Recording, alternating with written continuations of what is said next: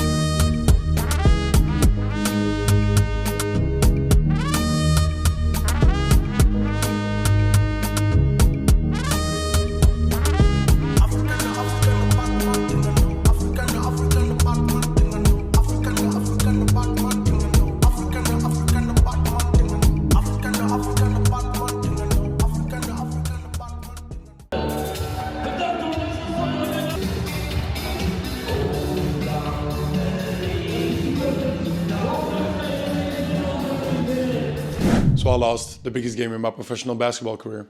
As you guys saw in last week's vlog, we had a home and away series with LoFi. So we had to go to their house on Thursday and basically win since it was a 0-0 game. We were up 4 points, but it's basically nothing. And we ended up losing by double digits. One of the only times this season where we've lost by double digits. Then the question begs, how do you come back from a loss like that? So I've realized in my career that I've gotten much, much better over the course of my career as I've gotten a little bit older, handling losses and dealing with losses. I used to be really bad at it. Like, I used to be the worst loser in the world. I used to think like, oh, I care so much that I shouldn't be able to, or I couldn't sleep at night after a loss. It really took up my personal life. And even though I still care, obviously I still care. Basketball is my job. It's a really, really big part of my identity. It's not all I am as a person. I have to put that in perspective that at the end of the day, I get to play a game for a living. And that's all it is. It's a game. Like, we put so much time and effort and everything into this that we lose that perspective and we lose that sight that it's just a game. But other than that, we also got very, very fortunate. Since we lost on Thursday, we had a chance to get back and play again yesterday on Sunday. So we can kind of not really take that anger out, but use that as motivation, as fuel to really like push us. Since it was the 4th game in like basically a week, the body was definitely tired. I know everybody was tired, but man, we went hard. We were physical, we were energetic. So I think the loss on Thursday really fueled us for Sunday. And that's another lesson in life. Like, when you got the chance to basically bounce back after a loss right away, get back to work, get right back to it, take that chance with both hands. Because now it's FIBA break. We don't have a game for more than a week. And I couldn't imagine if, we were sitting on that loss from the cup for over a week. So yeah, today's going to be a recovery day, going on a little city trip to Amsterdam. And I'm going to share some tips and tricks with how to deal with losses throughout this video. So stick around.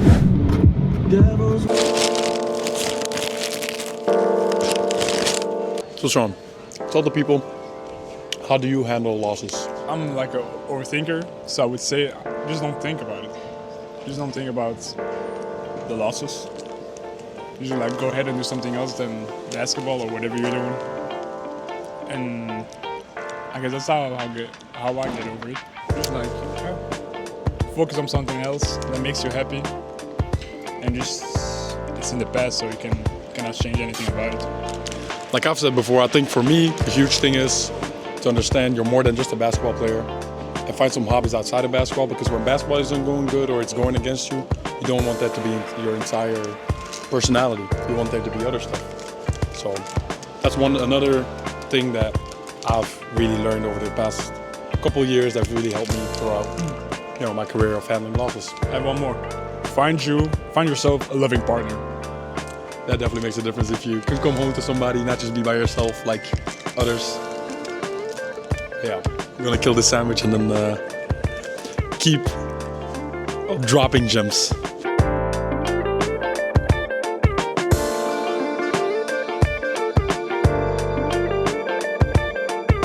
So I know for me, to get my mind off of basketball, I like to, just edit my YouTube videos. I like to, play FIFA, read a book, just get my mind off of basketball. Those are some activities I like to do, but it's different for everybody. So, Sean, what do you like to do to, get your mind off of basketball after possibly a bad loss or something, just trying to get your mind off of things? I think I'm a very social person. So like I need like interactions, and I think it helps me a lot, like just talking about the game or something else. Just not like, I don't like being alone after like a bad loss, and I feel like then I overthink. And the day after, I would say I love a walk, especially when it's sunny. I just love walking in general, but then I think those two are my go-tos. And just like spending time with people, I definitely need to. That's honestly another good point. I feel like it's always important, but definitely after a loss when you're already kind of, I wouldn't say depressed, but kind of down on yourself and stuff, is to go outside, get some vitamin D makes a huge difference. Just, like he said, be around people, good vibes, sun if possible, depending on where you live. And yeah, just do some stuff you like.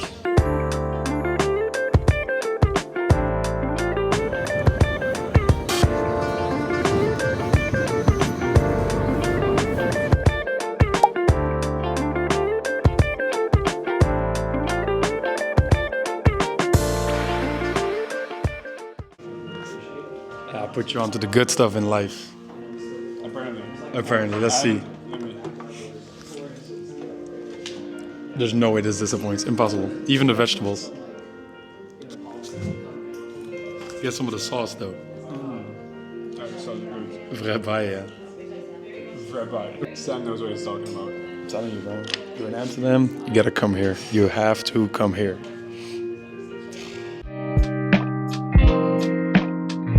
So I know for me in the past, after games, I've had a hard time sleeping because of all the adrenaline, and it definitely doesn't get better after a loss. Ways I've been able to manage this is by, in America, I was basically taking these melatonin gummies that helped me fall asleep, but I wasn't really the biggest fan of it, so I tried to find different ways of getting myself to get my adrenaline down after just regular games, and obviously after losses, it was even worse. So for me, what really worked was just, try to relax the mind. So reading was a really good thing that helped me out, and going on a little evening walk as well. Getting outside, getting fresh air, getting your mind off of things is something that really worked for me. I know it's like person to person, so I don't really know how it goes for other athletes. Like for me, those are the things that really worked, and that I'm still working on to this day, because I still have a hard time sometimes falling asleep after the game. But for example, Sean, like what is some stuff that helps you be able to wind down, fall asleep? Definitely after like a tough loss, or where you didn't really perform the way you wanted to perform.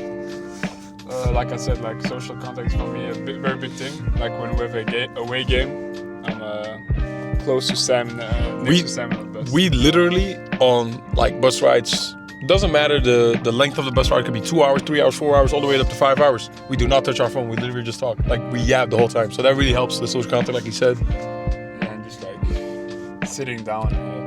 I'm not really the right person to give out like advice because I don't sleep after a loss or after a bad game. But yeah, I just try to like don't think about it, but it's so tough. But I would say like just do something you like that's not like related to basketball. Hey, but in the end, it's okay. We're all still on this journey, all still learning. Like, obviously nobody's perfect. I'm still learning as well about this stuff, but I feel like I've really made strides. So I try to, share some tips and tricks, stuff that's really helped me throughout my career so far, even though, I just started my first 4 year just throughout college.